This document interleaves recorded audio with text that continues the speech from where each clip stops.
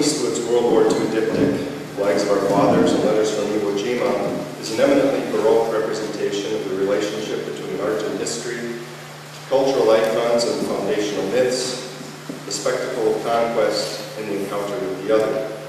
The director, an enigmatic cultural icon in his own right, brings radically opposed perspectives to bear on a universal image of military and moral victory, not only in the relationship between the two films, one told from an American and the other from a Japanese point of view, but within each film individually.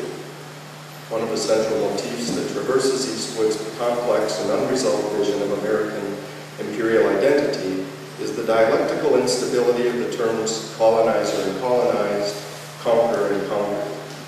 In Flags of Our Fathers, we are led through the material contingencies, accidents, violence, and finally, and perhaps most importantly, the simultaneously calculated and improvised staging of the most iconic image of America's mythology surrounding its reluctantly heroic role, in quotations, in World War II. Thus, the film deals directly with the role of Hollywood itself, as Eastwood complicates not only our understanding of history, but the role of the very medium through which he is attempting to upset and recreate that understanding. As such, Flags of Our Fathers tracks how the material loss of human life and potential is converted into a ritualistic spectacle in the interest of buttressing the waning support for the war and ultimately selling war bonds. The radical doubt that surfaces behind and through the cynically repeated spectacle, even as a grieving mother latches onto the trope of meaningful sacrifice in the attempt to survive the loss of her son, becomes one of the many bridges, or as Deleuze might say, lines of intensity or lines of escape, that extend from this problematic representation of national and cultural redemption to the ambivalence with which Americans view their current role in the war on terror, in which once again the roles of colonizer and colonized, aggressor and victim seem to change and complicate both themselves and each other endlessly. In the end, Eastwood converts the iconic image of the flag raising on Iwo Jima into what Walter Benjamin would term a dialectical image.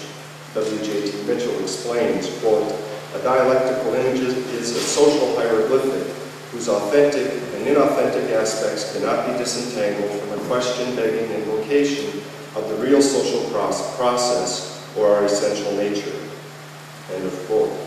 At this point, you are no doubt anticipating how Calderón de la Barca's La Aurora in Copacabana will be inserted into this postmodern discursive frame. For there are arguably a number of ways that the films and the play could be brought into productive dialogue. I'll provide a bit of foreshadowing by stating that the analytic portion of my talk will consider the spectacle of the Virgin of Copacabana as a dialectical image in the Benjaminian sense elucidated by Mitchell. But before turning my attention to the religious image, I think it is necessary to clearly situate my iconological analysis by returning to the frame of colonial or post-colonial ambivalence introduced in my brief analysis of the Eastwood films.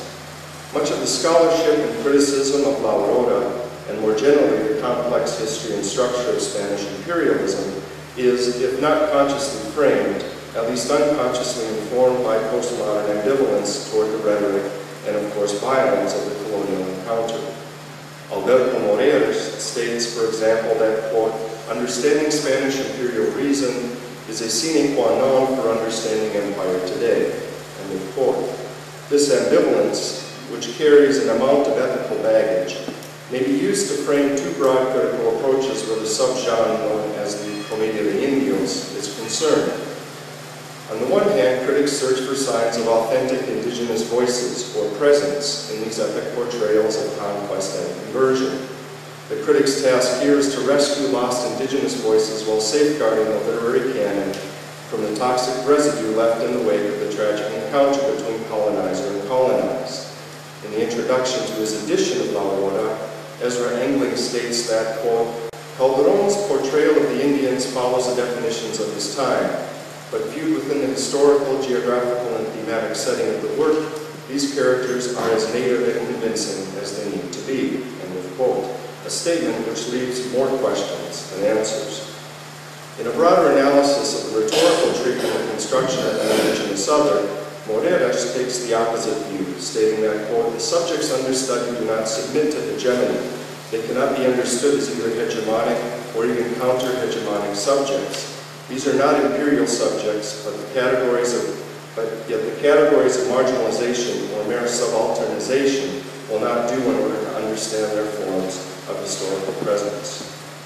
In this case, the rise of literary culture is understood to be inseparable from the rise of a particularly virulent form of economic and cultural violence, and the critic's task is to submit the former to a rigorous materialistic analysis. To be sure, Moreira's point is amply demonstrated by a cursory glance at the way in which La Aurora prevents any dramatization of the colonial encounter that might serve to effectively remove Incan history or Incan culture from universal Christian mythology. Calderon incorporates the Inca into the paradigm of the 12 Jewish tribes in a number of ways, including the insertion of a vague reference to St. Thomas, the Apostle's mythical evangelizing mission to America, into his reconstructed cultural archive of the Inca, a trope which appears in a number of colonial texts.